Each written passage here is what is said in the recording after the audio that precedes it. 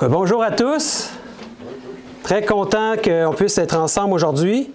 La présentation va être enregistrée et elle va être aussi présentée sur Zoom. Donc, Zoom, ça veut dire qu'à chaque semaine, si jamais vous ne pouvez pas être là, mais vous pouvez vous brancher, c'est possible aussi. Vous allez pouvoir suivre par le biais de la petite caméra qu'il y a là. L'autre caméra qu'il y a là, c'est pour... les présentations vont être enregistrées, ça va pouvoir être mis ensuite sur YouTube si on veut, etc. Fait que si jamais il y a une présentation que vous avez manquée, ça va être possible aussi de l'écouter par après, par le biais de l'enregistrement. Que fait Jésus au ciel? Le plan du salut en Jésus-Christ. C'est le cours qui va avoir lieu à tous les sabbats, à tous les samedis après-midi, à 14 h. C'est une série d'études, en fait, sur le sanctuaire. Est-ce que vous avez déjà entendu parler du sanctuaire? Peut-être que c'est un sujet qui est nouveau. Si je vous dis le temple de Dieu, est-ce que ça vous dit quelque chose un peu plus? Exactement, le tabernacle, c'est ça. C'est une autre façon de l'appeler. Est-ce que Julie n'est pas loin? Parce que je pense qu'il faudrait faire le partage. Je ne sais pas s'il est bien fait ici, pour les gens sur Zoom. Je les salue aussi, les gens qui se sont branchés sur Zoom. Et donc, le sanctuaire, aujourd'hui, de quoi on va parler? On va parler surtout du sanctuaire, oui. Et en fait, les questions qu'on se pose, c'est, mais pourquoi est-ce que Jésus n'est pas encore revenu? Qu'est-ce que Jésus attend de nous en ce moment? Et on veut savoir, qu'est-ce qui fait Jésus présentement? Est-ce qu'il y a beaucoup d'entre vous qui se sont déjà arrêtés à vous poser cette question? C'est intéressant parce que avec l'étude qu'on va faire sur le sanctuaire, on va pouvoir découvrir ce qu'il fait comme grand prêtre au ciel. C'est quoi son rôle? Puis pour le savoir, on va devoir étudier qu'est-ce que faisait le grand prêtre sur cette terre, parce que tout ça était un type de Jésus. Donc, attendez-vous à des révélations, à des choses totalement nouvelles. Ça va être basé non pas sur mon opinion, sur ce que Sébastien dit, mais sur les Saintes Écritures. Donc, quand je vais vous emmener quelque chose, ça va venir des Saintes Écritures, puis je vais le mettre à l'écran. Comme ça, vous allez pouvoir vraiment suivre. Puis, toute cette pédagogie-là qui va être basée sur les Saintes Écritures va être focalisée sur le sanctuaire de Dieu. Donc, par l'entremise de notre étude du sanctuaire, parce que ce que Dieu va nous révéler par le sanctuaire, on va découvrir le plan du salut en Jésus-Christ, mais ça va aller beaucoup plus loin peut-être que ce que vous avez déjà entendu. En tout cas, je sais qu'il y a plusieurs personnes qui ont déjà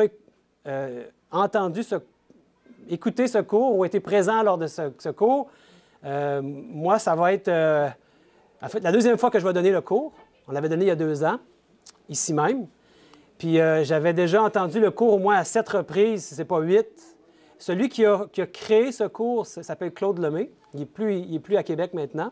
Il a déjà donné ce cours à plusieurs reprises, puis à chaque fois, je voulais être là. Même si on a déjà entendu un cours, c'est ce genre de cours-là qu'on veut réentendre parce qu'il y a tellement de choses à capter qu'on ne peut pas le faire en une seule fois. Donc, je vous encourage vraiment à être présent puis à être bien réveillé. Je sais que l'heure, ce n'est pas la meilleure parce qu'à 14 h, souvent, c'est l'heure où on a envie de dormir. Donc, mangez pas trop l'heure du midi. Ça va nous aider. En fait, moi, des fois, les gens se demandent, est-ce que Sébastien, tu es un pasteur?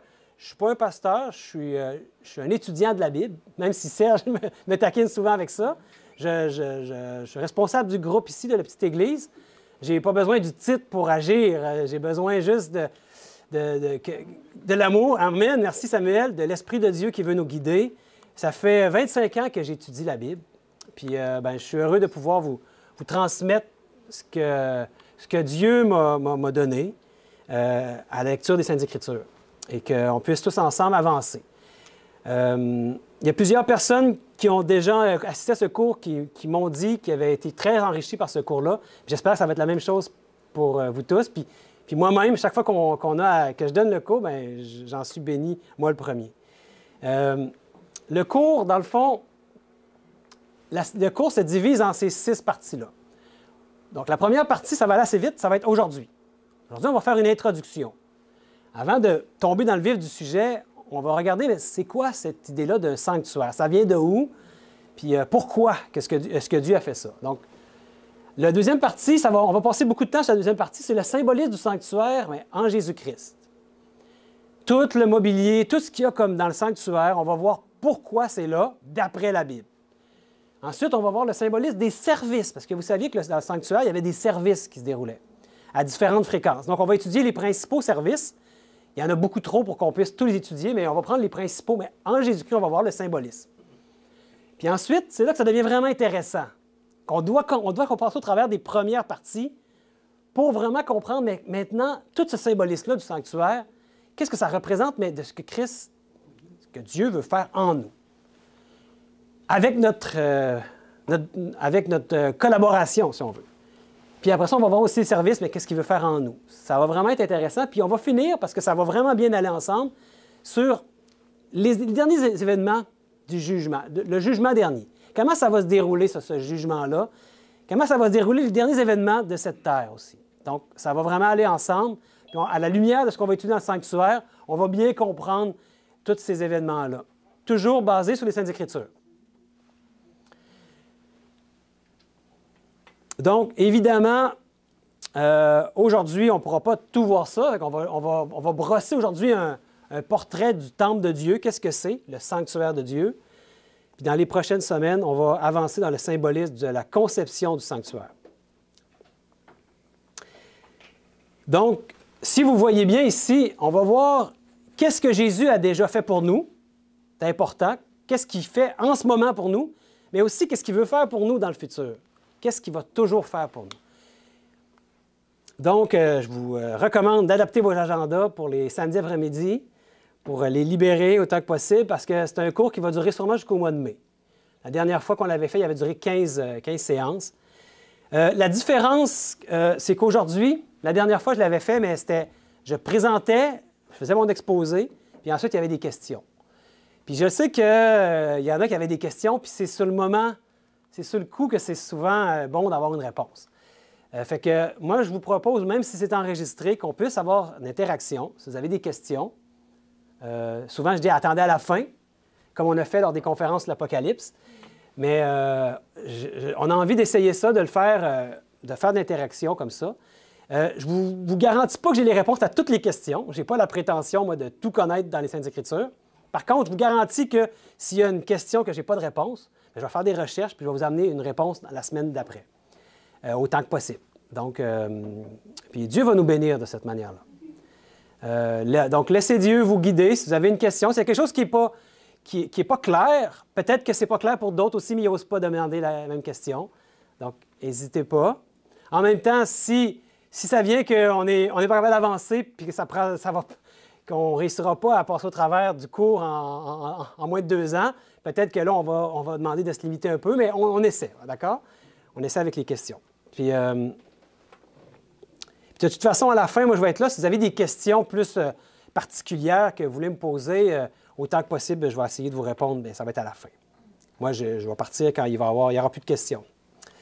Donc, on va amorcer notre première étude, puis pour bien comprendre ce que Jésus fait au ciel dans son sanctuaire, bien, on va résumer l'histoire de Dieu, mais en relation avec les hommes. Donc, Dieu a toujours voulu entrer en relation avec les êtres humains. Puis, ça a commencé, on va aller jusqu'au tout début. Le tout début, c'est quoi? Dans le Jardin d'Éden. Dans le Jardin d'Éden, il y avait... Hop, ça, c'est notre cours. Il y avait Adam et il y avait Ève. C'était nos premiers parents. Vous savez, moi, je ne crois pas que c'est une allégorie. Je pense que la Bible nous dit qu'il y avait Adam et Ève. Je crois à la Bible. Je crois à ce que Dieu me dit dans la Bible. Donc, au commencement, nos premiers parents, eux, ils communiquaient directement avec Dieu, avec leur Créateur. Ils venaient les voir et ils leur parlaient. Ils avaient accès directement à lui. Puis, l'Esprit de Dieu les habitait et leur cœur pouvait exprimer cet amour pur, dénué de l'ego. L'ego, c'est le gros problème qu'on a aujourd'hui, les humains. Le péché a amené ça, notre ego, notre moi. Mais dans l'Éden, c'était comme un sanctuaire, si on veut. Un sanctuaire où Dieu habitait avec l'homme. Puis qu'est-ce qui est arrivé ensuite? Ben, malheureusement, c'est pas resté comme ça parce qu'il y a eu la chute. Séduit par Satan, l'humanité sombra dans le péché. Et qu'est-ce qui est arrivé avec le lien de communication avec Dieu? Ça l'a brisé. Parce que le péché, je n'ai pas le verset, là, mais la signification du péché, c'est la séparation d'avec Dieu. Ça brise la communication. Donc, ce lien de communication-là a été brisé depuis la chute en Éden. Puis depuis lors, ben, les humains s'éloignent de Dieu. Et même, il y en a qui viennent qu'à s'endurcir au point de rempli d'égoïsme, même à plus entendre la voix de Dieu. Puis à travers le temps, Dieu a toujours essayé par différents moyens de reprendre contact avec nous.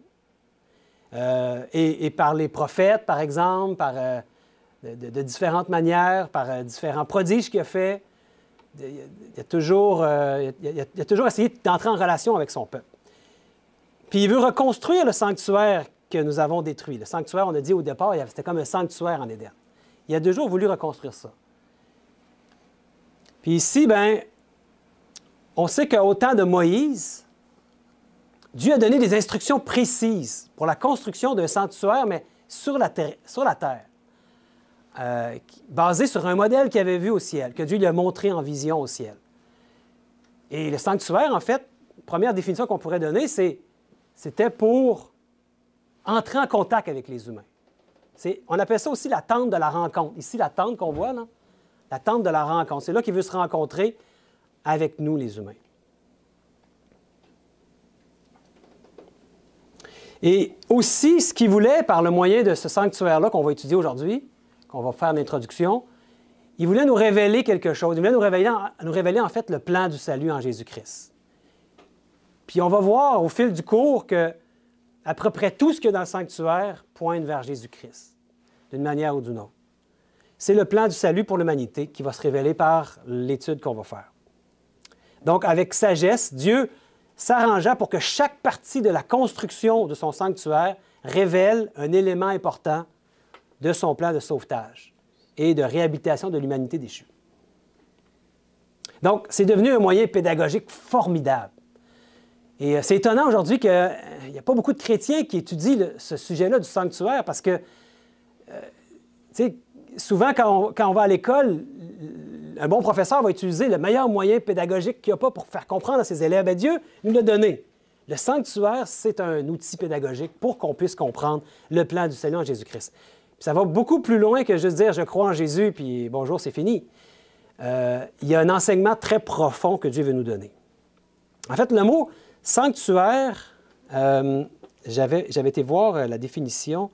Bien, ce qui est intéressant, c'est de voir en hébreu, ça veut dire, le mot sanctuaire, c'est mikdash. Puis ça signifie lieu sacré.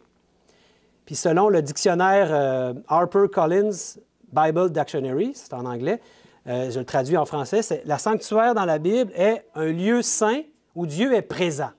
On l'appelle aussi le temple de Dieu. Et la première fois où il y a eu le temple que Moïse a eu instruction, ça date d'environ 1450 avant Jésus-Christ. Donc, c'est à ce moment-là que Dieu a voulu marquer l'esprit du peuple des Hébreux pour qu'ils comprennent vraiment qu'il allait avoir Jésus qui allait venir et qu'est-ce que ça représentait, tout ce que Jésus allait faire pour nous, par ce moyen-là. Malheureusement, au fil du temps, comme on va le voir dans ce cours, ils ont commencé à faire un rituel sans comprendre toute la signification. Mais aujourd'hui, on veut revenir à ce rituel-là, pas pour le pratiquer, parce qu'on va découvrir que tout ça s'est accompli en Jésus-Christ, mais pour comprendre qu'est-ce que ça signifiait. C'est ça qui est intéressant, c'est la symbolique. C'est qu'est-ce que ça symbolise, tout ça. Qu'est-ce qui attend de nous maintenant, Jésus? Donc, dans les années 1450 avant Jésus-Christ, le temple fut construit pour favoriser la communication de Dieu avec les hommes.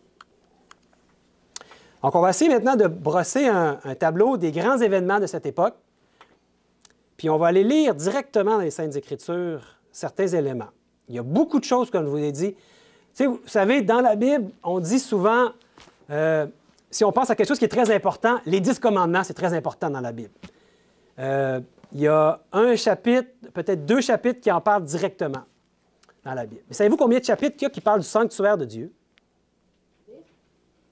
Qui dit plus? Plus que 10, oui? 50, mes amis. 50 chapitres. Donc, ce n'est pas un sujet secondaire dans la Bible. 50 chapitres, ça veut dire qu'il y a vraiment un enseignement que Dieu veut qu'on puisse avoir par rapport à ça. Donc, Dieu avait le peuple des Hébreux, qui était son peuple, qui leur avait donné beaucoup de lumière, puis qui conduisait, puis qui a fait sortir de l'esclavage en Égypte. Puis combien étaient-ils, les Hébreux? Il y a un texte qui nous dit « Les enfants d'Israël partirent de Ramsès, ça c'était en Égypte, pour Sukkot, au nombre d'environ 600 000 hommes de pied, sans les enfants. Une multitude de gens de toute espèce montèrent avec eux. Ils avaient aussi des troupeaux considérables de brebis et de bœufs. » Donc, il y avait 600 000 hommes, mais ça, c'est juste les hommes, parce qu'à l'époque, on comptait le peuple avec les hommes, mais la plupart avaient une femme, il y avait beaucoup d'enfants aussi. Donc, on peut penser que c'est un peuple, on n'a pas le dénombrement officiel, là, mais il était sûrement plus que 2 millions, peut-être même 3 millions, et peut-être plus avec les enfants. Ça fait quand même beaucoup de monde. Beaucoup de monde que Dieu a libéré de l'Égypte, puis qui sont sortis de l'Égypte. Ils avaient été longtemps en Égypte. Hein? Avez-vous une idée combien de temps ils ont resté en Égypte? Oui, 430 ans, en fait, exactement, qui ont été libérés. Ils ont été dans l'esclavage pendant 430 ans. Puis, c'est long, 430 ans. Puis, il y avait beaucoup de choses qui s'étaient transmises de père en fils, ou de mère en fille, de génération en génération. Mais vous pouvez comprendre que juste la voie orale, au fil du temps, les choses se perdent. Il y avait beaucoup de choses que le peuple de Dieu avait oubliées. Le sanctuaire était là aussi pour leur rappeler beaucoup de choses. Et... oui, vas-y. Je vais retirer la question. Ça veut dire que le sanctuaire a été comme érigé après la sortie, quand les enfants d'Israël sont sortis d'Égypte. Exactement. Okay. On va le voir, justement, c'est ce qu'on va voir. Bonne question. Donc, la question, c'est est-ce que le sanctuaire a été érigé après la sortie d'Égypte? Oui, la réponse est oui, puis on va le voir justement maintenant. Là, ça, c'est la référence qui nous dit, Exode 12, 40, que le séjour des enfants d'Israël en Égypte fut de 430 ans. Ça, vous allez le trouver. Moi, je mets les références ici. S'il y en a qui aiment ça, allez valider dans leur Bible, parce que ça va vite ici d'aller chercher dans votre Bible. C'est pour sauver du temps, je le mets à l'écran. Mais prenez en note, puis vous allez pouvoir valider après chez vous que j'ai bien mis la bonne référence. Oui, merci. Donc, 430 ans, c'est le temps où ils ont été en Égypte, en esclavage. C'est très important aussi parce que quand ils s'en vont dans la nouvelle Canaan, ils sortent de l'esclavage, ils deviennent libres. Puis il y a un lien avec nous aussi qu'on va voir plus tard. Donc, c'est Dieu lui-même qui les a libérés, hein? Et de façon prodigieuse. C'est une histoire que même aujourd'hui, les gens du monde connaissent. Il y a eu des films sur le sujet. Tout le monde sait que c'était prodigieux, la manière ça s'est passé. Puis c'est ce qu'on voit ici dans Exode 14. Ça dit « Moïse répondit au peuple, « Ne craignez rien, restez en place et regardez la délivrance que l'Éternel va vous accorder en ce jour. Car les Égyptiens que vous voyez aujourd'hui, vous ne les verrez plus jamais. L'Éternel combattra pour vous et vous gardez le silence. » Donc, ils n'ont pas eu à combattre, Dieu le fait pour eux. Et ils sont sortis de l'esclavage. Puis on peut dire vraiment qu'à cette époque-là, Dieu s'est manifesté avec beaucoup d'éclat. Puis, comme par exemple ici dans Exode 14, un peu plus loin, l'ange de Dieu qui allait devant le camp d'Israël partit et alla derrière eux. La colonne de nuée qui les précédait partit et se tint derrière eux. Elle se plaça entre le camp des Égyptiens et le camp d'Israël. Cette nuée était ténébreuse d'un côté et de l'autre, elle éclairait la nuit. Et les deux camps n'approchèrent point l'un de l'autre pendant toute la nuit. Moïse étendit sa main sur la mer, et l'Éternel refoula la mer par un vent d'Orient, qui souffla avec impétuosité toute la nuit. Il mit la mer à sec, et les eaux se fendirent. Les enfants d'Israël entrèrent au milieu de la mer à sec, et les eaux formaient comme une muraille à leur droite, à leur gauche. C'est vraiment une histoire étonnante, et c'est cette façon-là que le peuple d'Israël, est-ce qu'il pouvait douter de la présence de Dieu? Non, hein? C'était assez évident. Et c'est 3 jours après qu'ils sont sortis, qu'ils sont arrivés de l'autre côté, sont arrivés au mont Sinaï. C'est à ce moment-là que Dieu leur a donné les 10 paroles, que j'aime, les 10 commandements, qu'on aime bien appeler aussi les 10 promesses de ce que Dieu veut réaliser en nous. Là, je m'avance un peu sur ce qu'on va voir plus tard, mais ça a été écrit sur 2 tables de pierre avec le doigt de Dieu. Très important. Et Dieu a dit, ces tables de pierre-là, savez-vous où il fallait les placer? Dans le sanctuaire, qui n'était pas encore construit. Dieu a donné les 2 tables de pierre, puis après, il a donné des instructions à Moïse pour construire tout le sanctuaire qu'on va étudier. Puis, il a dit de le placer dans l'Arche de l'Alliance. On va étudier, faites-vous-en pas, on va étudier vraiment qu'est-ce que ça signifie l'Arche de l'Alliance. Puis c'est ce qu'on voit ici, hein, dans Exode 19, 16. Ça nous dit le 3e jour au matin, le 3e jour après la sortie d'Égypte, il y eut des tonnerres, des éclairs et une épaisse nuée sur la montagne. Le son de la trompette retentit fortement et tout le peuple qui était dans le camp fut saisi d'épouvante. Donc c'était très troublant pour le peuple. Il n'était pas habitué. Hein. Même nous, si on serait là en train de voir cette chose-là, on serait peut-être épouvanté dans le sens où on serait troublé parce que c'est grandiose, la présence manifeste de Dieu. Puis la première chose donc, que Dieu a faite, 3 jours après en tout cas, après avoir libéré de l'esclavage, c'est qu'il leur a donné sa loi, que j'aime bien appeler les 10 paroles, des 10 promesses de ce qu'il va accomplir en nous. Et donc, très significatif que Dieu a commencé par faire ça. On va le voir à quel point c'est important, la loi de Dieu, au cours de cette étude du sanctuaire. 1 semaine plus tard, Dieu a demandé à Moïse de construire un sanctuaire. On voit ça dans Exode 25. « Ils me feront un sanctuaire et j'habiterai au milieu d'eux. Vous ferez le tabernacle et tous ses ustensiles, et d'après le modèle que je vais te montrer. » Donc, Moïse n'a pas décidé de faire le sanctuaire, le tabernacle, la tente d'assignation et tout ce qu'il y avait autour et tout le mobilier, selon son propre chef, selon sa propre inspiration. « Ah, moi, j'aime mieux mettre le meuble là. » Non, chaque chose avait une signification. Pourquoi c'était à cet endroit-là, pourquoi pas à l'autre? C'est Dieu qui a donné tous les détails qu'on va voir, qu'on va étudier pendant toutes ces semaines-là par rapport au sanctuaire. Ça vient de Dieu lui-même. C'est pour ça qu'on ferait vraiment bien de l'étudier, parce que c'est une révélation directe de Dieu qu'on va avoir. Puis, on va aller voir le symbolisme de toutes ces choses-là vont nous venir directement des Saintes Écritures. La Bible s'interprète par elle-même. S'il y a des choses qui sont amenées de notre propre chef puis qu'on décide que ça signifie telle chose, bien, OK, ça se peut, mais on ne peut pas avoir la certitude. Mais si ça vient des Saintes Écritures, c'est ce que Dieu va faire. Il va nous montrer cette symbolique-là dans les Saintes Écritures. Oui, Nathalie? La nuée était déjà là, qui est comme un prémisse du sanctuaire. Bon point. Avez-vous remarqué que la nuée qu'il y avait avant que la mer soit fendue en deux, d'un côté, la nuée était ténébreuse, on l'a lu, hein? Puis de l'autre côté, c'était une lumière. La lumière éclairait le peuple, les ténèbres, c'était pour les pharaons et ses Égyptiens qui essayaient de pourchasser les Israélites, mais qui étaient bloqués par la nuée. Vous savez, dans la Bible, la nuée, ça veut dire aussi des anges. Fait que Dieu avait envoyé une armée d'anges pour bloquer le passage.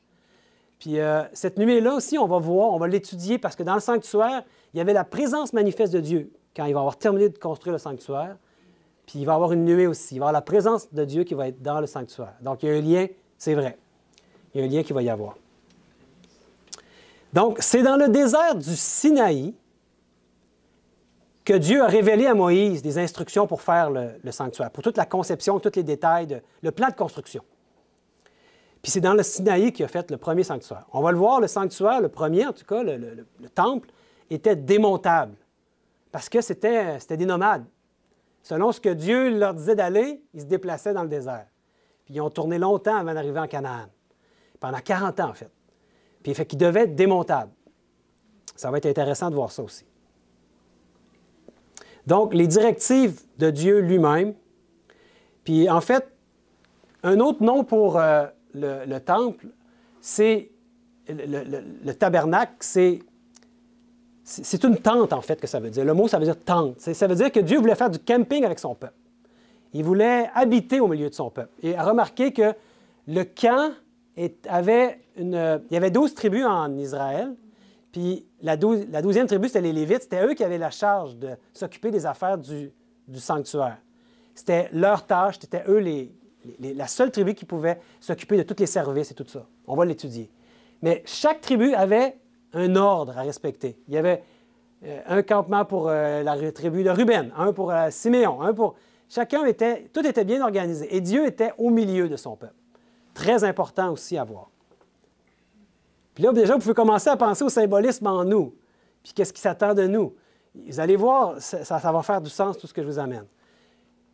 Et Nathalie parlait d'une nuée, là. C'est ça ici qu'on voit, là, une nuée. Et on va l'étudier, la nuée. Qu'est-ce qu'elle signifiait, la nuée? Donc, le pourtour du sanctuaire, c'était constitué de tentures soutenues par une structure métallique. Le temple même, nommé le tabernacle, ou la tente d'assignation, ou la tente de la rencontre, c'est tous des mots équivalents. Le sanctuaire, en fait, c'est tout cet endroit-là, avec le parvis, puis la tente, puis le temple ici au milieu avec la tente d'assignation. C'est du vocabulaire là, il faut qu'on parle de la même chose, mais il y a plusieurs mots pour décrire le temple, le tabernacle, ou la tente. Donc, ça, c'était le premier temple, le premier, si on veut, le modèle que Dieu avait donné à Moïse. Mais après, le peuple hébreu est arrivé des rois, puis il y a un roi, le roi David, lui, qui a voulu faire aussi un temple, mais plus grand. Il trouvait ça dommage que Dieu habite dans une tente, tu sais, alors que lui, il habitait dans un grand palais. Fait qu'on va parler maintenant du deuxième temple qu'il y a eu.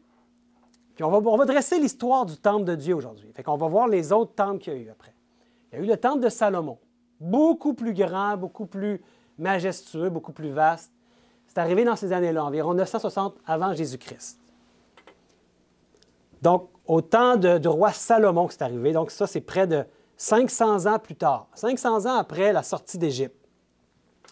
Un temple de pierre. Il a été édifié à Jérusalem. Puis, il est venu remplacer le sanctuaire démontable ou portatif là, que Dieu avait donné. Puis, c'était un monument qui se voulait à la gloire de Dieu. Puis, c'était le rêve de David, le père de Salomon. Lui avait rêvé de faire ça pour Dieu. Le fils, excusez-moi. Salomon était le fils de David. Ouais. Comme il y avait des choses incroyables, comme on va étudier la cuve, le bassin qu'il y avait dans le parvis. Salomon l'a fait gigantesque. Voyez-vous comment il est gros. C'était pas dans les mêmes proportions, dans les mêmes... C'était pas selon les instructions que Dieu avait données. Il est allé beaucoup plus grand. Mais Dieu va quand même approuver, va quand même accepter tout ça, oui. Est-ce qu'on peut dire que le temple de Salomon existe encore aujourd'hui? Non, il a été détruit, puis on va le voir, il va être reconstruit ensuite. Oui, on va le voir en quelle année il va être reconstruit, tout ça. Okay. Mais ce temple-là, c'était vraiment le plus beau. En tout cas, il n'y avait jamais rien de plus beau. On va en avoir un après qui va être encore plus majestueux, là, mais il n'y avait rien de plus beau que ça. Le temple, c'était la fierté du peuple des Hébreux. Puis, voyez-vous ici, il est comme soutenu par 12 bœufs. Il a vraiment mis le paquet pour faire quelque chose de beau parce qu'il aimait beaucoup Dieu, puis son père aussi, David, puis il voulait faire quelque chose à la gloire de Dieu. Il était reconnaissable par ces 2 colonnes dans le portique nommées Yachim et Boaz. Il y avait 2 colonnes, il y avait chacun un nom. Ça représente l'idée de « Ici est le trône de Dieu en qui j'ai mis toute ma confiance ». C'était comme ça que ça voulait dire, les 2 colonnes. Puis, il est important de comprendre que Dieu n'a jamais demandé cette réalisation-là. C'était David, puis après ça, Salomon qui voulait faire ce que son père avait rêvé. Mais Dieu n'avait pas demandé ça. Lui, Dieu n'était pas insatisfait du modèle. Puis, tu sais, quand on dit que Dieu habitait dans le temple, il n'était pas au complet dans le temple, là. Sa présence était manifeste dans le temple. C'était l'endroit pour le rencontrer, mais c'était pas, on n'est pas en train de dire que Dieu au complet était dans le temple. Donc, Dieu, il n'est pas à l'étroit. Ce qui était important pour lui, c'était la signification de tout ça. Mais quand même, Dieu va agréer ce que Salomon et David ont voulu faire parce qu'ils voulaient faire quelque chose pour la gloire de Dieu. Donc, ici, dans 2 Samuel, on voit la nuit suivante, la parole de l'Éternel fut adressée à Nathan. Nathan, c'était un prophète du temps de David. « Va dire à mon serviteur David, ainsi parle l'Éternel. Est-ce toi qui me bâtirais une maison pour que j'en fasse ma demeure? Mais je n'ai point habité dans une maison depuis le jour où j'ai fait monter les enfants d'Israël hors d'Égypte jusqu'à ce jour. J'ai voyagé sous une tente et dans un tabernacle. Partout où j'ai marché avec tous les enfants d'Israël, ai-je dit un mot à quelqu'un des tribus d'Israël à qui j'avais ordonné de paître mon peuple d'Israël? Ai-je dit, pourquoi ne me bâtissez-vous pas une maison de cèdre? Donc Dieu est comme en train de discuter puis d'expliquer que c'est pas nécessaire, il n'y avait pas besoin de ça. Quand tes jours seront accomplis et que tu seras couché avec tes pères, j'élèverai ta postérité après toi. Ton fils Salomon, la postérité, c'est son fils Salomon, celui qui est devenu le roi après lui, celui qui sera sorti de tes entrailles, et j'affermirai son règne. Ce sera lui qui bâtira une maison à mon nom, et j'affermirai pour toujours le trône de son royaume. Donc Dieu a accepté cette volonté-là de David de faire un temple, mais il dit, c'est pas toi qui vas le bâtir. Ça va être ton fils, après toi. David était un homme qui finalement était selon le cœur de Dieu, mais il y avait eu un grand péché quand il avait fait mourir Uri, qui était le mari de Bathsheba avec qui il avait couché, puis il avait convoité cette femme-là. Donc, ce n'était pas lui qui allait construire ce temple-là, mais son fils. Et Salomon, finalement, a bâti le temple. C'était un honneur pour lui de le faire aussi pour son père, mais aussi, surtout pour l'Éternel. Donc, fils de David, Salomon, c'est lui qui a bâti un temple de pierre à l'Éternel. Dans 1 Roi 5, Salomon dit, « Tu sais que David, mon père, n'a pas pu bâtir une maison à l'Éternel, son Dieu, à cause des guerres dont ses ennemis l'ont enveloppé, jusqu'à ce que l'Éternel les ait mis sous la plante de ses pieds. Mais maintenant, l'Éternel, mon Dieu, m'a donné du repos de toutes parts, plus d'adversaires, plus de calamités. » Le royaume de Salomon a été un royaume rempli de paix. Salomon était aussi un homme qui avait demandé la sagesse à Dieu. Puis c'était un homme qui était reconnu partout dans le monde de l'époque. Les gens venaient pour voir sa grande sagesse. Puis malheureusement, à la fin de sa vie, il s'est éloigné de Dieu. Il y a eu beaucoup de femmes. Les femmes l'ont un petit peu... j'ose pas dire de mots. Mais ça a été difficile pour lui. Mais son règne a été caractérisé par un temps de paix. Il n'y avait pas des grandes guerres. Comme David est allé beaucoup à la guerre, Salomon, non. Salomon avait un temps de paix. Et c'est pendant cette période-là qu'il a pu construire le temple de l'Éternel. « Voici, j'ai l'intention de bâtir une maison au nom de l'Éternel, mon Dieu, comme l'Éternel l'a déclaré à David, mon père, en disant, « Ton fils que je mettrai à ta place, sur ton trône, ce sera lui qui bâtira une maison à mon nom. » Donc Dieu a béni Salomon. Et on peut remarquer que le temple de Salomon, qui est venu remplacer le premier temple qu'on a vu tantôt, la tente, là, était 2 fois plus grand. Et il n'y avait plus les dimensions du premier temple. Et on va le voir, on va voir les dimensions quand on va commencer la semaine prochaine à étudier le temple. Puis on va voir que les dimensions sont vraiment doublées. La maison que le roi Salomon bâtit à l'Éternel avait 60 coudées de long. Dans l'original, c'était 30 coudées. Et 20 de largeur. Dans l'original, c'était 10. Et 30 de hauteur. La portique devant le temple de la maison avait 20 coudées de longueur répondant à la largeur de la maison et 10 coudées de profondeur sur la face de la maison. Donc, il a fait quelque chose de beaucoup plus grand. Puis, il faut savoir, une coudée, par rapport à aujourd'hui, ça vous dit quoi, une coudée? On va le revoir pendant le cours, mais il comptait à partir de... C'est comme ça jusqu'ici. Là. Donc, c'était environ 50 cm, mais ça dépendait de la longueur du bras. Hein. Fait qu'il y avait des fois différents royaumes.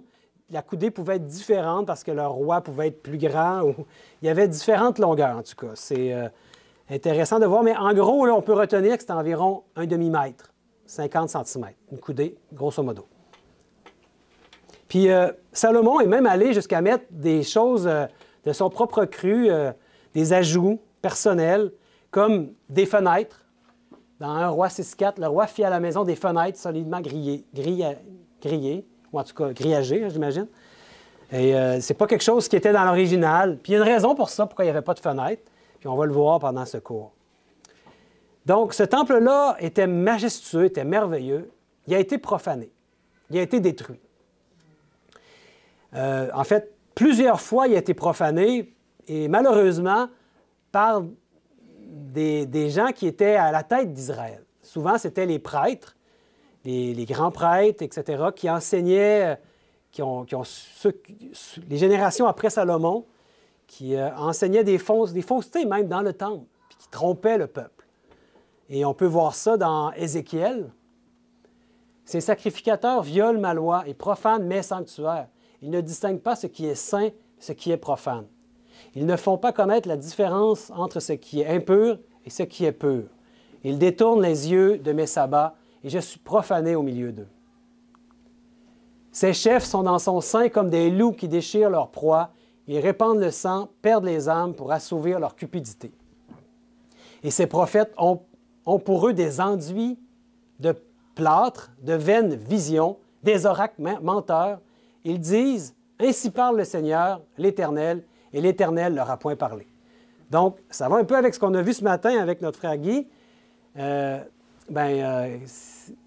Des gens qui se disaient être des prophètes de l'Éternel, mais qu'en fait, Dieu leur avait rien dit. Le temple a malheureusement été profané.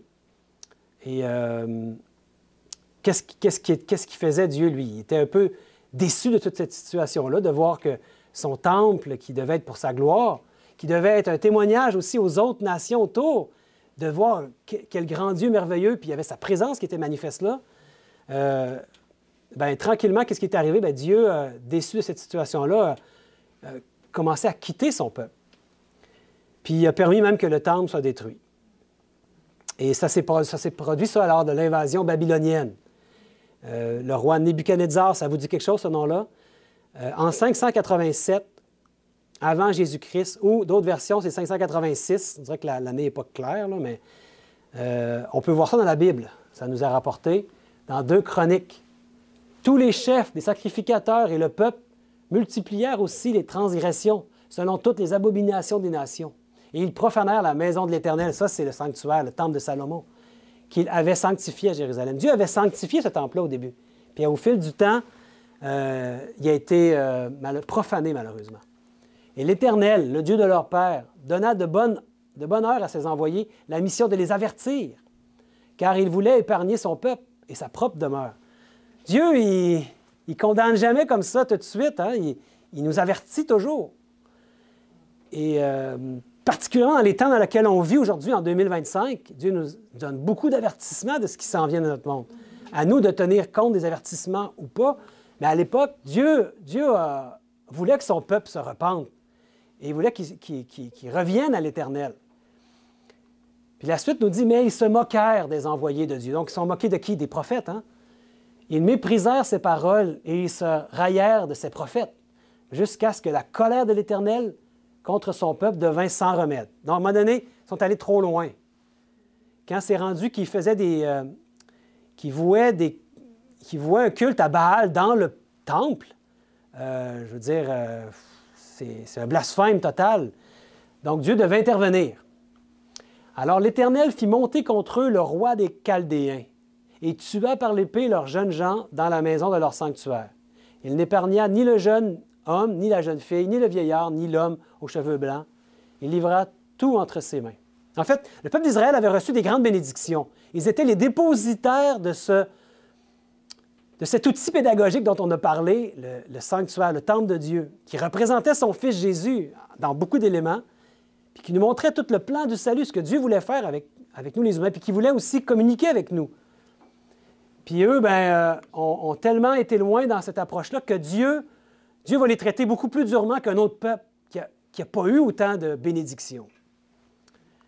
Et au verset 18, Nebuchadnezzar emporta à Babylone tous les ustensiles de la maison de Dieu, grands et petits, les trésors de la maison de l'Éternel et les trésors du roi et de ses chefs. Ils brûlèrent la maison de Dieu. Donc la question tantôt, c'était est-ce que va être détruit? Oui. La maison de Dieu, le sanctuaire, le temple de Salomon a été brûlé. Ils démolirent les murailles de Jérusalem. Ils livrèrent au feu tous ses palais et détruisirent tous les objets précieux. Donc, ça ne s'est pas bien terminé, malgré les avertissements de Dieu.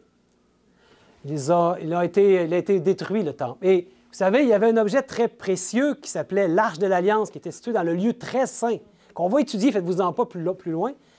Mais quand est arrivé les armées de Nebuchadnezzar, l'Empire babylonien qui était venu attaquer Jérusalem, il y a des prêtres, ou je ne sais pas s'il y avait le grand prêtre là-dedans, mais en tout cas, il y avait des prêtres qui, eux, voyant venir l'armée, ils se sont dépêchés à prendre l'arche, eux pouvaient la transporter, et ils l'ont cachée, probablement dans une caverne, mais jusqu'à ce jour, jamais l'arche a été retrouvée. Beaucoup ont essayé de faire des fouilles archéologiques pour essayer de la retrouver. Il semble qu'elle ne sera jamais retrouvée. Est-ce qu'aujourd'hui, ça serait retrouvé? Peut-être que les humains verrait quelque chose comme de magique avec cet objet-là. Puis Dieu, c'est un enseignement qu'il voulait nous donner. Et on va étudier l'enseignement, c'est ce qui est encore plus beau. Et ensuite, qu'est-ce qui est arrivé? Quand le temple a été détruit, les Israélites, les Hébreux, ont été emmenés en captivité à Babylone. Puis ils ont resté un certain temps à Babylone. Jusqu'à temps qu'ils sont sortis de Babylone. Et là, il y a un autre temple qui va être construit. 70 ans après la construction du temple de Dieu. Ça s'est passé sous la dynastie des Médo-Perses. Les Médo-Perses, c'est l'empire qui est arrivé après l'empire babylonien. Puis c'est le roi Cyrus lui-même qui a reçu... Dieu a travaillé sur son cœur pour laisser aller le peuple d'Israël, pour qu'il rebâtisse le temple et reconstruire Jérusalem. En même temps, c'était un endroit très stratégique. C'était bien d'avoir cette ville-là qui était gardée et que le temple soit reconstruit. Et un endroit fortifié, Jérusalem. Donc, les Israélites ont pu reconstruire le temple de Salomon au milieu de ses ruines, mais à une échelle moins glorieuse. Et on voit ça, on appelle ça aussi le temple de Zorobabel. C'est dans 2 Chroniques 36 qu'on voit ça. La première année de Cyrus, roi de Perse, afin que s'accomplisse la parole de l'Éternel prononcée par la bouche de Jérémie, qui avait prophétisé qu'il y aurait 70 semaines, qu'on comprend, les 70 ans plutôt, 70 ans pour le peuple d'Israël en captivité. Et ça s'était produit vraiment après 70 ans par la bouche de Jérémie. L'Éternel réveilla l'esprit de Cyrus, qui était qui? Le roi des Perses. Le roi de Perse, oui, qui fit faire de vive voix et par écrit cette publication dans tout son royaume. Verset 23. Ainsi parle Cyrus, roi de Perse. L'Éternel, le Dieu des cieux, m'a donné tous les royaumes de la terre, et il m'a commandé de lui bâtir une maison à Jérusalem, en Juda. Quand il dit une maison, il parle de l'endroit où Dieu habite, le temple, son temple. Qui d'entre vous est de son peuple? Que l'Éternel, son Dieu, soit avec lui et qu'il monte. Donc, il encourageait maintenant, dans son peuple, ceux qui étaient des Israélites, et qui sentaient l'appel à aller à Jérusalem, retourner dans la patrie, la mère patrie, d'aller reconstruire Jérusalem, reconstruire le temple surtout. Hein? Malheureusement, ce temple-là va être construit, celui qu'on a vu ici, là. Il va être construit au même endroit où il y avait les ruines de l'Ancien, celui de Salomon, mais sans l'Arche de l'Alliance. Elle avait été tellement bien cachée pendant les 70 ans, je ne sais pas ce qui est arrivé, il ne se rappelait plus c'était où, en tout cas, il était peut-être plus vivant, ceux qui l'avaient caché. Ils n'ont jamais retrouvé l'Arche de l'Alliance. Puis les 10 commandements étaient dans l'Arche de l'Alliance, comme on va le voir un peu plus loin dans le cours. Jamais retrouvé, jamais remplacé. On ne peut pas remplacer cet objet-là. Hein? Donc, la présence de Dieu qui était manifeste dans le sanctuaire dès le début, on va l'étudier, on appelait ça la Shekinah. On va l'étudier, faites-vous-en pas. C'était la présence de Dieu qui se manifestait où? Sur le coffre, le propitiatoire, juste au-dessus du coffre de l'Arche de l'Alliance. C'était là, entre les 2 chérubins, qu'il y avait la présence manifeste de Dieu qu'on appelait la Shekinah. Puis, l'Arche de l'Alliance n'étant plus dans ce temple-là, jamais la présence de Dieu n'a été manifeste dans ce temple. Et par après, dans l'autre temple qu'il va y avoir aussi après. Donc oui, il y a eu un autre temple après, qui a été, en fait, on appelle le temple d'Hérode. Certains l'appellent comme ça, le temple d'Hérode, environ dans l'an 30 avant Jésus-Christ. En fait, Hérode, ce qu'il a fait, lui, c'est qu'il voulait plaire à son peuple. Il voulait aussi donner son legs. Hein, il a fait quelque chose d'absolument grandiose. Il a reparti du temple qu'il y avait de Zorobabel, puis au lieu de juste le rénover ou de le retaper, comme on dit en québécois, là, le remettre au goût du jour, ou je ne sais pas, le remettre beau, parce qu'au fil du temps, hein, c'est sûr que les pierres viennent qu'à s'effriter, et souvent, ça a besoin d'être... c'est quoi le mot, donc? Comment? Donner de l'amour. Oui, donner de l'amour, c'est bon. Restaurer, c'est le mot que je cherchais. Restaurer. Au lieu de faire juste ça, il l'a agrandi d'une façon absolument incroyable. Voyez-vous comme c'est grand, là, même le parvis. Il y a déjà un parvis ici, mais il a fait un autre parvis autour avec des colonnes. Là. C'est incroyable, là. Comment est-ce que ça a pris du temps, faire ce temple-là. En fait, ça s'est passé 30 ans avant Jésus-Christ. Quand Jésus est venu et qu'il a enseigné dans le temple, c'était dans celui-là. Donc, c'est quand même important à savoir. Le roi romain Hérode, Lui, il voulait gagner la faveur des Juifs. Donc, il a construit ce magnifique temple pour le Dieu des Hébreux. Puis, ça a pris 40 ans pour le bâtir, toute cette enceinte-là. Oui, oui, Nathalie? Juste comprendre, le temple de Zorobabel, il n'a pas été détruit. Il a juste été comme Non. rénové. Puis Non, mais justement, j'étais allé voir hier parce que je me posais la même question que toi. Puis, non, il n'a pas été détruit. Ce que j'ai vu dans les traités historiques, c'est qu'il l'a juste retapé. Oui, restauré. Il est reparti de où ce qu'il était, puis il l'a restauré. Donc, il y a une partie que c'est le temple de Zorobabel. Sûrement, il l'a fait encore, je ne sais pas exactement là, s'il l'a fait en. Qu'est-ce qu'il a retouché cette partie-là? Sûrement, il l'a retouché aussi. Mais il a fait beaucoup autour, beaucoup de choses, beaucoup plus grands. En fait, ça lui a pris 40 ans refaire tout ce qu'on voit aujourd'hui, tout ce qu'il a fait dans son temple. Mais il est vide. Il n'y a pas l'arche de l'Alliance. Il n'y a pas l'arche de l'Alliance non plus. Il n'a jamais été retrouvé. Donc, mais c'est quand même un endroit important pour le peuple d'Israël. C'est le centre à Jérusalem de leur adoration. Puis c'est une des merveilles du monde. À l'époque, c'était qualifié comme une des merveilles du monde parce que c'était tellement grandiose. Les Romains aimaient les choses, les ouvrages architecturaux comme ça, très, très vastes et très gros. Puis ils étaient sûrement contents, les Romains, quand ils voyaient ça. Ils étaient heureux aussi de ce bel accomplissement-là. Oui, Sylvie? J'essaie de comprendre, de mettre ça au bout du jour. Le seul artefact qui reste du temple aujourd'hui, c'est le mur des lamentations. Exact. Oui, puis on va le voir, j'ai une image de ça. On va le voir, c'est intéressant. Garde ton idée.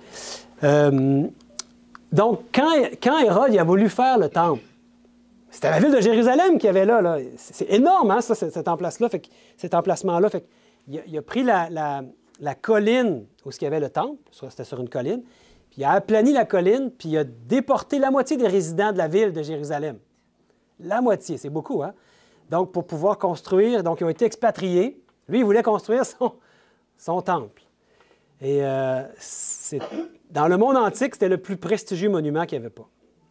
En fait, il était entouré d'une muraille. Je suis allé voir les longueurs là, en mètres. Ça avait une largeur moyenne de 6 mètres. Voyez-vous la largeur? On voit les gens, là, comment... Je ne sais pas si c'est un modèle à l'échelle ici que j'ai, là, mais c'est vraiment énorme. Énorme. Juste 6 mètres de largeur, les murs. Et longueur de 260 mètres au sud, 290 mètres au nord, 430 mètres à l'est et 445 mètres à l'ouest. 20 pieds, 6 mètres? Ça nous donne une idée, hein? C'est vraiment énorme. Donc, on le voit ici, là, c'est sur la colline. Énorme. Énorme temple. Donc, c'était une merveille. Il y avait de la place, là. Quand Jésus enseignait dans le temple, là, je ne sais pas, il pouvait être ici, il pouvait être à l'extérieur. C'était énorme. Il y a des foules énormes qui pouvaient se rassembler. Oui, il enseignait beaucoup dans le temple et on va voir des textes. Malheureusement, qu'est-ce qui va se passer? Est-ce que ce temple-là existe encore aujourd'hui? Sylvie nous a donné un petit aperçu déjà. Malheureusement, il va être détruit. Qu'est-ce qui est arrivé? Il y a eu une invasion romaine. Et ça avait été prophétisé par Jésus. Je vais vous montrer les textes. Le temple d'Hérode fut détruit en l'an 70 de notre ère, après Jésus. Hein? Donc, ça s'est passé sous le commandement du général romain Titus. Il y a eu un incendie qui a ravagé l'intérieur du temple. En fait, il faut savoir que dans le temple, les murs on avait mis de l'or sur les parois des murs. C'était très, très riche à l'intérieur.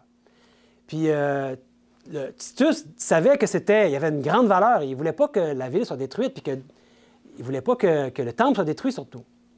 Mais à un moment donné, il y a une flèche enflammée, perdue, en tout cas, qui ne s'est pas dirigée au bon endroit. Puis ça a allumé un incendie à l'intérieur du temple, puis le temple a brûlé. Et la chaleur était tellement élevée que ça a fait fondre l'or. Tu sais, l'or, c'est quand même un métal qui va fondre assez vite, hein, mais l'or a fondu. Puis là, elle se retrouve dans toutes les craques, elle se retrouve partout, dans toutes les pierres. Il y en a partout. Puis là, après ça, quand le temple est détruit, qu'est-ce que vous pensez qui va arriver pour ceux qui recherchent de l'or? Ils vont prendre toutes les pierres, puis ils vont essayer de les bouger pour aller chercher l'or qui s'est répandu partout, partout, partout.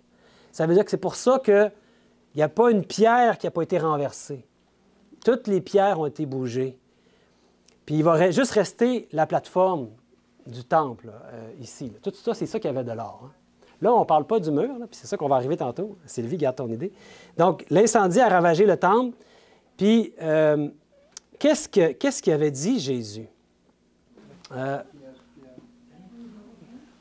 Jésus avait prophétisé que le magnifique temple d'Hérode serait un jour jeté à terre. Et quand il avait dit ça, les gens ne pouvaient pas le croire. Parce que c'était tellement... Vous avez vu comment c'est gros?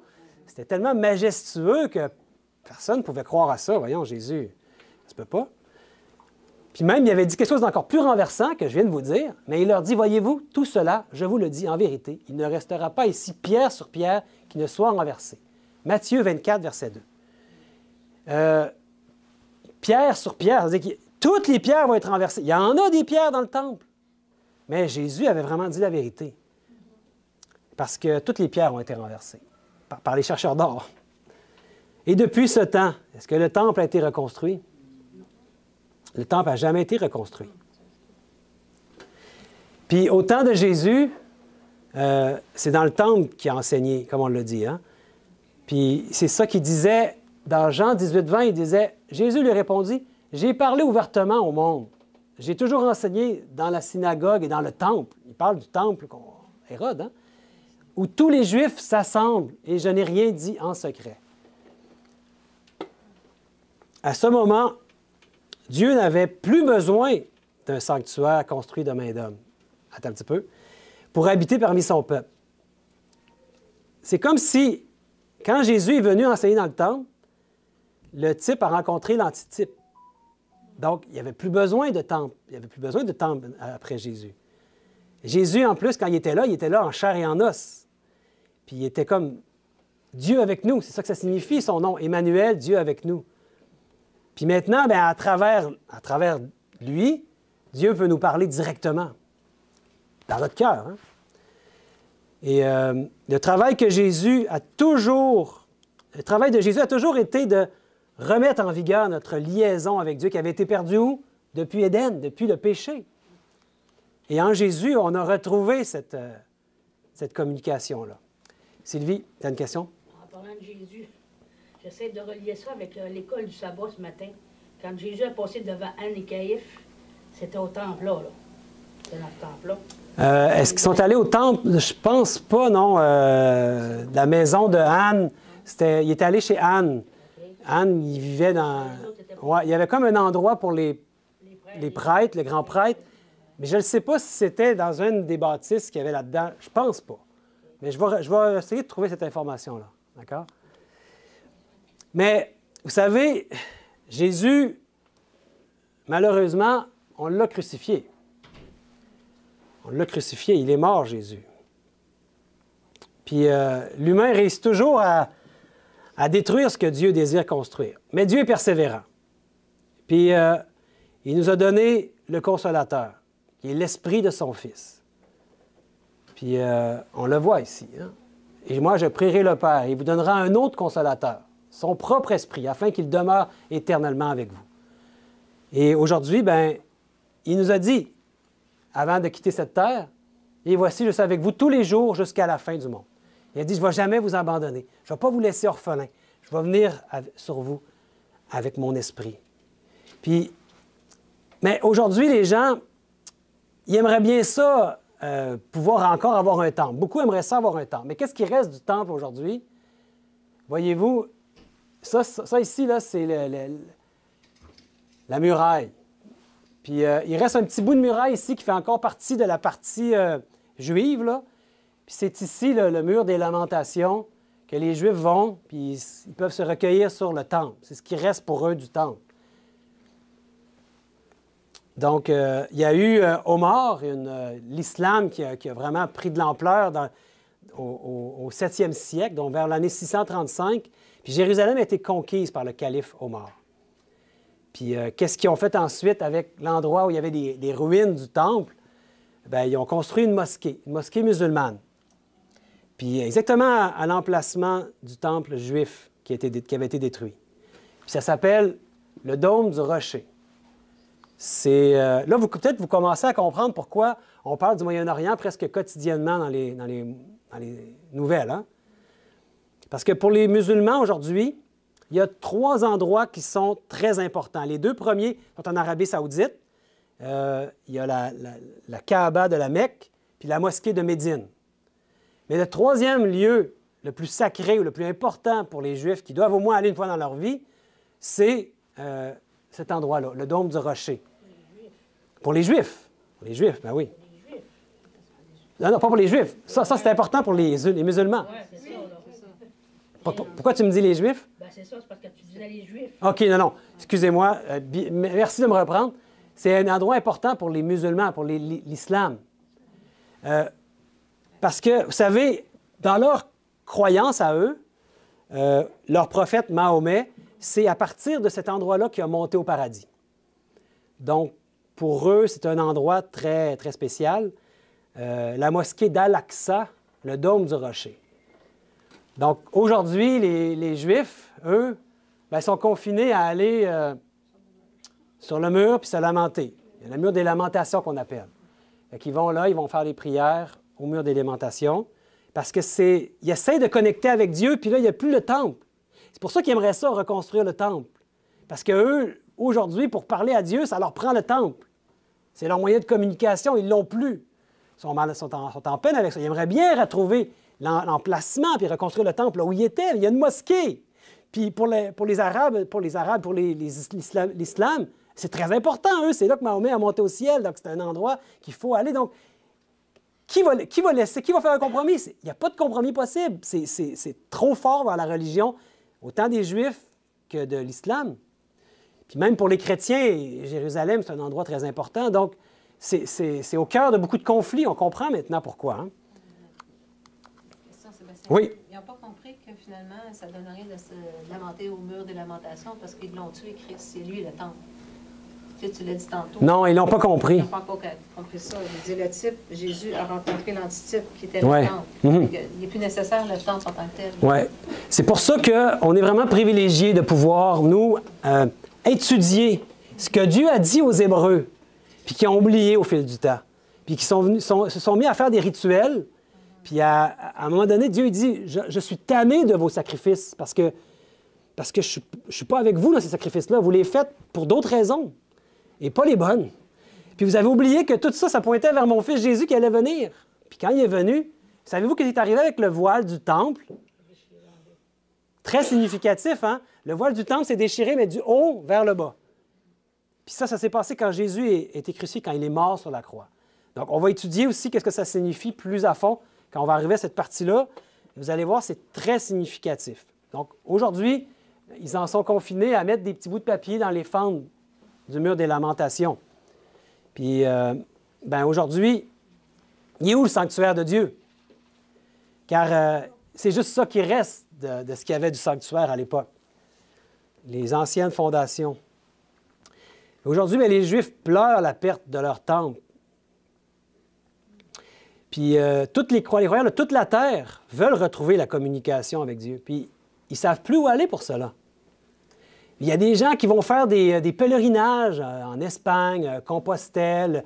Il y en a qui vont aller voir la basilique Sainte-Anne, etc., qui vont faire des pèlerinages comme ça, espérant être en présence de Dieu.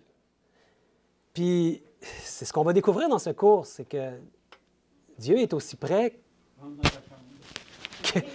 il est tellement près de nous que son Fils est devenu un des nôtres, un être humain.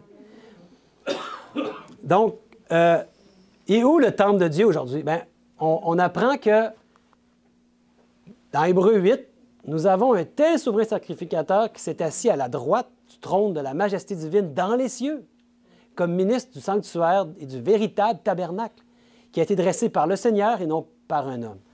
Donc, Dieu est en train de nous dire ici qu'il y a un temple au ciel.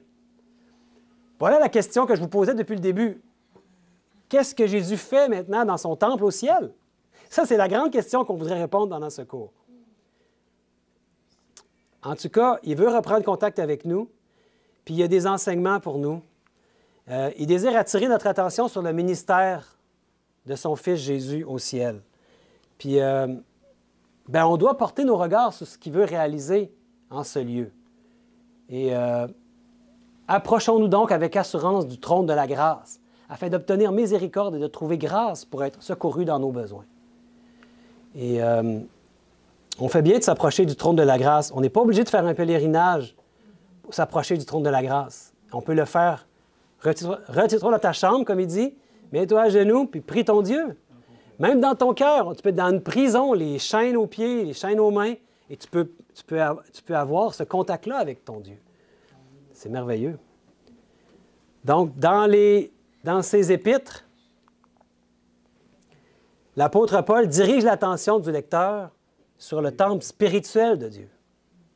Il y a une puissante interaction entre le temple céleste, où Jésus officie maintenant, et notre temple corporel, où l'Esprit de Dieu désire habiter en nous, comme au temps d'Adam et Ève. Donc, par son ministère céleste, Jésus désire reconstruire son temple à l'intérieur de chacun de nous. Et Éphésiens 2, 22 nous dit, « En lui, vous êtes aussi édifiés pour être une habitation de Dieu en esprit. » Donc, les Saintes Écritures déclarent que l'Esprit de Dieu désire habiter où? En nous. Et que nous devenons par ce fait un temple pour Dieu, au milieu de son peuple. Commencez-vous à voir un petit peu toute l'importance de bien étudier le temple de Dieu. Donc, comme pour le temple de Moïse, placé au milieu de son peuple, et comme pour Jésus quand il vivait parmi nous. Jésus, son autre nom, c'est Emmanuel, n'est-ce pas? Qui veut dire quoi? Dieu avec nous. Donc, Dieu a envoyé son Fils. Le Fils est venu pour révéler le Père. Et quand Jésus était au milieu de son peuple, on peut dire qu'il était au milieu d'eux. La même chose aujourd'hui, il veut être dans notre cœur. Puis nous, il veut qu'on soit au milieu du peuple. Et c'est une révélation extraordinaire que Dieu veut nous faire. Puis dans 1 Corinthiens 3,16, il nous dit, « Ne savez-vous pas que vous êtes le temple de Dieu et que l'Esprit de Dieu habite en vous? » Donc, un temple restauré. Un jour à venir, après la restauration de notre planète, par notre Seigneur Jésus-Christ, le mal n'existera plus. Il va être détruit, le mal. Le péché va être complètement anéanti. Puis le temple de Dieu va être restauré dans chaque être vivant. Et la communication va être rétablie, mais parfaitement. Aujourd'hui, on a une communication avec Dieu, mais qui peut parfois être difficile. Et le problème n'est pas du côté de Dieu, c'est souvent de notre côté à nous. Il y a plein de distractions. On a de la difficulté à avoir un canal de communication qui reste bien ouvert en tout temps avec lui. Mais le temple de Dieu, oui. Qu'est-ce qui fait la différence? J'essaie de le comprendre. Qu'est-ce qui fait la différence entre un être mauvais, on dit un bandit, ainsi un ça? Il faut résumer que le bon Dieu, le temple de Dieu est en lui. Comme qu'il est en celui-là qui est très bon. Je ne sais pas si tu me comprends.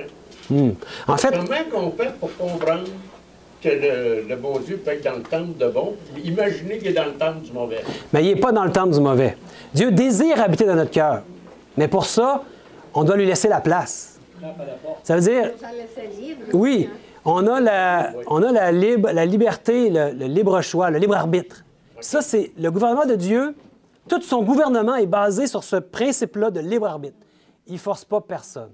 Contrairement à l'ennemi, lui. Si tu ouvres la porte à l'ennemi par un des moyens où est-ce que tu l'invites dans ta vie, puis il y a beaucoup, beaucoup de moyens comme ça, des tentations qu'il nous donne, bien lui, il va enfoncer la porte de ton cœur, puis il veut y régner dans ton cœur. Mais si tu te mets sous la protection de Dieu librement, puis volontairement, tu demandes la protection de Dieu, bien Dieu te protège et il dit, viens habiter en moi, prends ma vie, elle est à toi. Là, tu deviens une habitation de Dieu en esprit. Mais il ne force pas personne à devenir une habitation de Dieu en esprit. Ce sont ses enfants, tout de même, des enfants rebelles. Et Dieu veut qu'on soit tous ses enfants, tous les enfants de Dieu. Parce qu'il ne nous a pas destinés à la mort éternelle. Il nous a destinés à la vie éternelle, les êtres humains. Oui, Sylvie? D'où existe la repentance, Oui. Si tu veux devenir un temple pour Dieu, il faut que tu te repentes de tes péchés. Oui. Puis tu deviens... Puis dans Romains, l'apôtre Paul, dans Romains, nous dit qu'il pousse tous les êtres humains à la repentance. Puis qu'il va mettre une mesure de foi dans chaque être humain de cette terre. Donc, tout le monde a reçu une mesure de foi. Puis, dans le fond, pour ne pas avoir la vie éternelle, il faut résister contre Dieu qui nous pousse. Puis qui veut faire sa demeure en chacun de nous. Puis quand on va être avec lui sur la nouvelle terre, la terre restaurée, bien, Jésus va être au milieu de nous, encore une fois. C'est là qu'il veut être, au milieu de son peuple. puis la communication va être établie parfaitement. Donc, le monde n'aura plus besoin d'un temple terrestre, car son utilité, elle est sur cette terre présentement. Elle était pour un temps. Maintenant, on pointe vers le regard vers le temple céleste, mais dans les temps éternels, il n'y aura plus besoin d'avoir de temple. Parce que Dieu, sa présence va être manifeste parmi nous, parmi son peuple.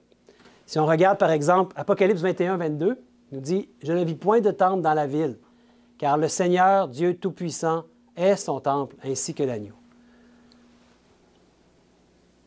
Voilà, mes amis, le temple qu'on va étudier. Il était important de savoir qu'au temps de Moïse, le sanctuaire terrestre a été fabriqué en imitation des choses célestes. Très important. Puis on va voir pourquoi juste après, mais allons voir qu'est-ce qu'il nous dit Hébreux 8, 5. Les sacrificateurs célèbrent un culte, image et ombre des choses célestes, selon que Moïse en fut divinement averti lorsqu'il allait construire le tabernacle. Est-ce soin, lui fut-il dit, de faire tout d'après le modèle qui t'a été montré sur la montagne. Moïse a vu le modèle du temple sur la montagne. C'est une image des choses célestes. Nous ne pouvons pas voir les choses du ciel, mais on peut comprendre les choses célestes par son image concrète sur la terre. Et c'est quoi son image concrète sur la terre? Bien, c'est le sanctuaire terrestre. C'est comme une maquette, un instrument pédagogique, comme on l'a dit, qui est un instrument puissant que Dieu utilise pour nous aider à comprendre, pour faire comprendre à l'humanité le plan du salut. Pour se faire connaître à nous aussi, puis nous faire comprendre ce qu'il fait actuellement au ciel pour nous ramener dans son paradis. Et ce temple-là, on constate au travers les âges que le temple de Dieu, on l'a vu, a subi des modifications au fil du temps. Quand Salomon a voulu faire des fenêtres, ce n'était pas ce que Dieu avait montré sur la montagne. Ce n'était pas dans les plans de Dieu. Donc, nous, on va poursuivre notre étude maintenant, à partir de maintenant, mais avec quel temple on va aller? À quel temple qu'on va étudier? Bien, on ferait bien d'étudier le temple que Dieu a montré à Moïse. Il a vu une maquette au ciel. Et c'est ça qu'il a construit fidèlement sur cette terre. C'est le moyen pédagogique par excellence. Le premier temple, celui-ci. Vous allez me dire, il est bien moins beau que l'autre. Mais c'est lui qui a une puissance de révélation pour nous. Il y a moins d'or aussi. Moins de? Il y a moins d'or. Moins d'or, oui. Mais vous allez voir, à l'intérieur, ici, tout était recouvert d'or. Ah oui, à l'intérieur, ici, là, quand on va rentrer à l'intérieur, vous allez voir, c'est vraiment beau. Mais c'était beaucoup plus petit, beaucoup plus modeste. Mais ce n'est pas la grandeur qui compte. Oui, c'est pas la grandeur qui compte, hein? C'est le symbolisme. Et même les dimensions ont une importance ici. C'est ce qu'on va découvrir. Donc, c'est lui qui reflète fidèlement les instructions détaillées par Dieu à son peuple. C'est lui qui va être le meilleur moyen pédagogique qu'on ferait bien de comprendre puis d'étudier dans les prochaines semaines. L'étude du sanctuaire biblique, ça va mettre en lumière beaucoup de choses, puis ce que Jésus a accompli pour nous sauver, puis ce qu'il veut accomplir encore en nous, dans nos vies. Donc, dans la prochaine leçon, on va étudier le symbolisme de tout ce qu'on trouve. Quand on parle du mobilier, là, des meubles du sanctuaire, là, on va étudier la clôture, la porte, l'autel des sacrifices, la queue des ablutions, tout ce qu'il y a à l'intérieur, les voiles, les différentes couvertures, pourquoi il y en a 4, pourquoi ils ont ces couleurs-là, etc. On va tout étudier ça. Puis chacune des choses-là va nous renseigner sur des choses qui sont... Ça, c'est un nombre des choses célestes. Donc, on va comme étudier ce qui se passe au ciel, puis ce que Jésus est en train de faire pour nous en tant que notre grand prêtre au ciel. Donc, samedi prochain, ne manquez pas ça, ça va être à 14 h. Je ne sais pas si vous avez des questions pour terminer. Puis après, bien, on va prier. S'il y a des questions, bien, on peut lever la main, oui. Je pense qu'il y avait Patricia en premier, après ça, Sylvie. Moi, je voulais juste, si tu peux juste me répéter les 300 points importants pour les musulmans que tu avais dit. Oui, il y en a un, c'est à la Mecque. La Mecque, c'est ça. La mosquée de Médina, à la Mecque.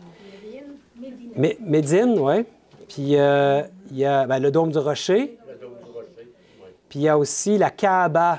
La Kaaba, ça, c'est à la Mecque. Puis la mosquée de Médine, c'est ça. Ah, OK. Tu avais parlé d'Al-Aqsa, c'est Al-Aqsa, ça, c'est à Jérusalem. à Jérusalem. Oui, le dôme du Rocher, Al-Aqsa, Je pense pas qu'ils disent le dôme du rocher, les autres, dans leur langue. Là. Ça doit être Al-Aqsa. Puis la Kaaba, ça, c'est à la Mecque. Puis la mosquée, c'est la mosquée de Médine aussi, qui sont en Arabie Saoudite. Donc, le seul point qui n'est pas en Arabie Saoudite, c'est en Israël, à Jérusalem. Oui, en Israël. Jérusalem est en Israël. Et c'est pour ça qu'il y a tellement de conflits autour de Jérusalem. Oui, oui. Voulez-vous que... Oui, Sylvie? Il y a quelque chose qui me fatigue. Le peuple de Dieu était 40 ans dans le désert. Ça? Mm-hmm. Mais quand ils ont construit le temple, ils ont pris le matériau où? Bien, dans le désert, ils trouvaient des... Il a fallu qu'ils fassent les poêles. Quand ils sont sortis d'Égypte, ils sont sortis avec leurs possessions. Il y avait beaucoup d'or avec eux. Il y avait beaucoup de métaux précieux. Puis Moïse a demandé, selon l'instruction de Dieu, de faire une grande collecte. Tout le monde était appelé à donner volontairement de leur or, de leur argent, de leur bronze et toutes sortes de matériaux précieux. Et vous savez quoi? Par exemple, pour l'or, quand ils ont, à un moment donné, Moïse a dit « Arrêtez, on en a trop. » Il y en avait assez pour faire tout ce qu'il avait besoin. Puis Dieu a instruit aussi Moïse qu'il y avait certaines personnes qui étaient habilement, qui avaient reçu des dons pour l'habilité de sculpter les choses et de faire les... Par exemple, il y avait des chérubins protecteurs qui étaient sur le bord de l'arche. Tout était magnifiquement fait à la perfection que Dieu voulait par des gens qui avaient reçu des dons spéciaux pour travailler le bois et l'or et tout ça. Et Sébastien, là-dessus, j'ai entendu que parce qu'ils étaient des esclaves, ils ont vécu l'esclavage et ils ont appris beaucoup de choses sur l'art et ils étaient un bon travailleur. Mmh. Et voilà, c'est ça que Dieu a utilisé pour son... Ben oui, oui, oui. C'est un bon point. On pense non difficulté, ça ne sert à rien, mais regardons l'exemple de... Ça, il était des travailleurs de pierre, dans le fond. Ils étaient devenus des travailleurs de pierre en Égypte. Bien, Pharaon leur avait fait construire des choses absolument incroyables. Hein? Donc, notre sœur Yota disait, pour ceux peut-être qui n'ont pas entendu là, sur l'enregistrement, que lors de leur séjour en Égypte, ils étaient des esclaves et ils avaient appris à construire, à fabriquer toutes sortes de choses, à avoir différents talents pour toutes sortes de choses. Ouais. Bon point. Oui, ah oui, il y a une question pour qui est de Zoom. Oui, allez-y. OK, simplement pour ce qui concerne les matériaux pour bâtir le temple, on sait que les Égyptiens étaient si contents de se débarrasser des Juifs après les 10 plaies. Ils leur ont donné beaucoup de matériaux, leur ont donné de l'or, leur ont donné des vêtements, leur ont donné des provisions, beaucoup de choses. Fait que les matériaux sont venus de là, d'une part. Puis l'or aussi, il faut se souvenir que tous leurs bracelets, toutes leurs décorations corporelles, si on veut, qui n'ont pas besoin pour servir Dieu, en fait, a servi pour l'œuvre de Dieu. Il y en avait beaucoup. Mm-hmm. D'ailleurs, quand ils ont fait le veau d'or sous la gouverne d'Aaron, qui a pas fait son travail, en fait, mais il y avait déjà une bonne quantité d'or, bien que Moïse en a fait de la poussière pour les faire lancer sur eux pour leur faire voir aussi également. Mm-hmm, oui. Mais il y en a resté beaucoup, beaucoup, beaucoup de cela. Merci, oui. Ce qui est du temple, ce que je comprends des Écritures, c'est qu'il y avait le temple démontable qui était utile pour les pérégrinations durant 40 ans. Lorsqu'ils allaient de lieu en lieu, ils restaient quelques mois à un endroit. Après ça, ils démontaient, ils partaient avec ça. Ils leur montaient aussi le camp avec le temple pour les sacrifices. Oui, oui. Puis on va voir même que c'est Dieu lui-même qui leur indiquait le moment de partir et on va tout étudier ça avec la nuée qui se déplaçait. Donc, c'est un parcours que je vous... Aujourd'hui, c'était... Plus ça va aller dans ce cours-là, plus les révélations vont être étonnantes. Fait que si déjà vous trouvez ça intéressant, à chaque semaine, vous allez voir qu'il va y avoir des choses encore de plus en plus intéressantes et étonnantes. Et je me réjouis qu'on puisse... être ensemble pour ce cours-là. Donc, si vous voulez, on peut terminer par une prière. Moi qui avais une autre question. Oui, Patricia? L'arche a disparu quand il était dans le temple de Salomon, c'est ça? Oui. À la fin, quand le temple de Salomon a été détruit par les Babyloniens, par Nebuchadnezzar qui est venu. C'est là qu'ils cachaient l'arche. Oui. Puis d'ailleurs, on va le voir, les ustensiles sacrés qui servaient au rituel ont été pris les captifs de Jérusalem ont été pris et ont été emmenés à Babylone, mais aussi ils ont emmené les ustensiles. Et on va le voir dans le livre de Daniel, à un moment donné, le petit-fils de Nebuchadnezzar va se servir de ces ustensiles-là avec un blasphème. Il va blasphémer le nom de Dieu, il va invoquer d'autres dieux en buvant dans les coupes sacrées du temple. Et c'est là qu'il va y avoir un jugement contre l'Empire babylonien, comme Belshazzar en réalité. Donc, Puis ces ustensiles-là ne vont pas être perdus. Ils vont être retournés ensuite. Quand Cyrus va donner le décret de retourner en Jérusalem pour rebâtir le temple, il va leur redonner, ça va retourner aux Hébreux ça, pour aller reconstruire. Donc, si vous voulez bien, on pourrait se mettre à genoux et demander à Dieu qui nous guide. Je sais qu'il y a beaucoup d'informations et que Dieu nous aide à comprendre toutes ces choses. Bon Père éternel, on t'est infiniment reconnaissant de nous avoir rassemblés en ce lieu et de nous permettre de pouvoir étudier ce merveilleux plan de salut que tu veux nous révéler par l'étude du sanctuaire, de ton temple. Et aide-nous, bon Père, à venir avec l'attitude d'un étudiant à ce cours, à chaque semaine. Et que moi-même, mon Père, tu me donnes la bonne attitude pour pouvoir être guidé par toi et qu'on puisse avancer ensemble dans une meilleure compréhension de quel Dieu merveilleux tu es et que cette communication avec toi puisse être pleinement rétablie dans nos cœurs. Je t'en prie, mon Père, bénis chacun et protège-nous de tout mal, au nom et par les mérites de Jésus, on t'en prie. Amen. Amen.